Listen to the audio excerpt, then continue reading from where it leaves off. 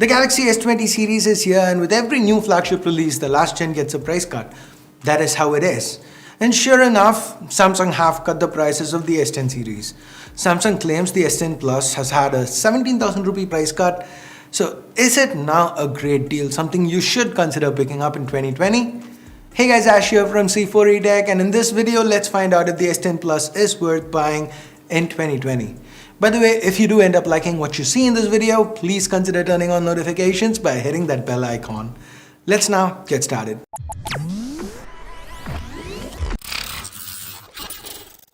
Let's start with the build. This is also a glass sandwich design. The flowing edges, minimal bezels. The Galaxy S10 Plus's design, it holds up very well. From purely this design perspective, the S10 Plus could have actually launched in 2020 and it would still be well received. There's wireless charging, reverse wireless charging, IP68 water and dust resistance. The camera array is of course not of the boxy design that Samsung's going with this year, but that isn't necessarily better or worse than the S10 Plus's design. So build still ranks pretty high. That said, there are a couple of design caveats.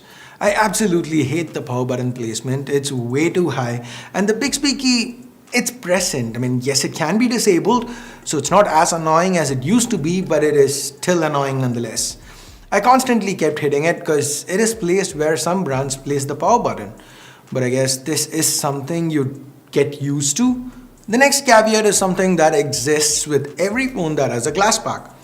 Glass packs are slippery, they pick up fingerprints, etc. To avoid that, you could go with a D-brand skin. D-brand has a lot of options when it comes to skins, loads of customizations available, so your phone can look unique and also be protected at the same time. If you've not checked D-brand out, I'll leave a direct link to our sponsors in the description below. Please do check them out. Okay, moving on. That display, it's got a few differences to this generation's phones, this generation's S phones rather. For starters, the aspect ratio, it's 19:9 instead of 20:9. So the display sizes are not directly comparable, as in the S10 Plus has a 6.4-inch panel, while the S20 Plus has a 6.7-inch panel. So you think the difference is 0.3 inches, which makes the S20 Plus have about a 5% larger screen. But when you take into account the change in aspect ratio, the difference in the overall surface area is about 3%, which is almost negligible. The second difference is those edges, they curve more on the S10 Plus. Some people hate that due to the reflections, some find it more premium. If you're someone who likes it, then the S10 Plus might be the superior option for you. Now these two are minor differences. The big one, that's the refresh rate. The S10 Plus, it has a 60Hz panel compared to the S20 series is 120. That said, even with the S20 series, you still have to go 60Hz if you want to use Quad HD. So if resolution is important to you, then the S10 Plus is quite as good, because it's still a typical flagship AMOLED panel. It's bright, the viewing angles are great. Barring the refresh, it's pretty much a 2020 panel. So the build and the display, they've aged pretty well. You aren't losing a lot by going with the S10 Plus. But what about the specs? Last year's flagship SoC, the Exynos 9820 or the Snapdragon 855 in some markets, that's what we get. And it performs well. There's nothing the S10 Plus cannot run, and there's probably not going to be much it can't run in the near future either. The 9820 is still pretty solid. It's got Mali's G76 MP12 for a GPU, and that's excellent for gaming. No frames drop, no lag whatsoever. Even the user interface is lag-free. The S10 Plus, of course, doesn't feel quite as smooth as, say, the S20 Plus, but that's got more to do with the refresh rates than the horsepower available. So you don't have to worry about the performance here. From a day-to-day use perspective, it doesn't have the latest One UI 2.1 that the S20 series does, but in all probability, it should be getting it soon.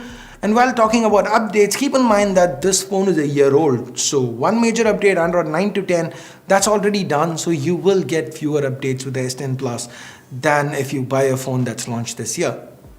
Moving on to battery life, thanks to that 4100 mAh battery, it's pretty solid.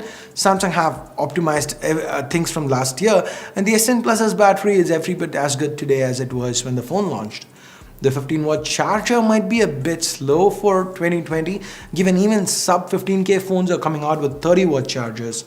For what it's worth, the S10 Plus can wirelessly charge at the same speed too. Okay, let's now get to what I was very curious to test out, the cameras. How have they aged? Now, I can just show you a bunch of pictures and say, hey, the cameras are good. But I'm sure everyone by now knows that the S10 Plus has good optics.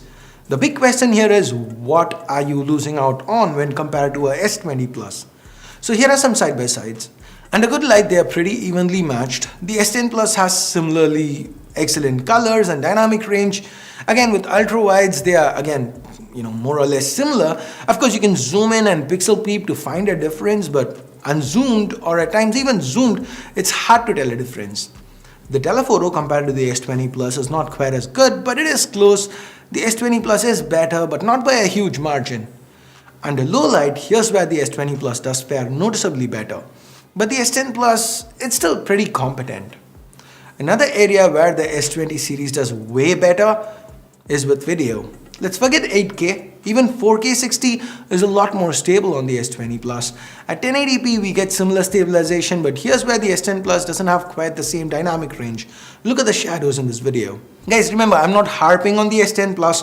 The cameras are excellent, but this video, it's aimed at people looking to choose between a S10 Plus in 2020 over a S20 or S20 Plus. So I'm just trying to show you what you would lose by going with the S10 Plus instead of a current generation S flagship. Now selfies, they're kind of similar, not a huge difference despite the S10 Plus having a wider aperture lens. Do note that the S10 Plus cannot do 4K 60 via the selfie camera. So with all that said and done, we get to the pricing. The word is that the S10 Plus has received a 17,000 rupee price cut, and it's now available for 62,000 rupees. Now, this was before the GST hike, but even with that, there is one funny thing to note. Samsung claimed the price had been cut from 79,000 to 62,000, but the S10 Plus never sold for 79,000 because it launched at 74,000 in India. You know how we have a certain price on the box which is always higher than the actual price of the phone? That box price was 79,000. So the real price cut here has been 74 to 62. So 12,000 rupees and not 17,000 rupees as Samsung claims. Anyway, after the GST hike, this phone now sells for 65,200. Pay about 5,000 more and you can get yourself a Galaxy S20. Pay 12,500 more and you can get yourself a S20 Plus. Given the price being so close to the S20 series, I doubt the S10 Plus, despite being as good as it still is, I don't think it's worth the price. If you are gonna pay over 65,000 rupees, you may as well pay another 5,000 and pick up the S20, right?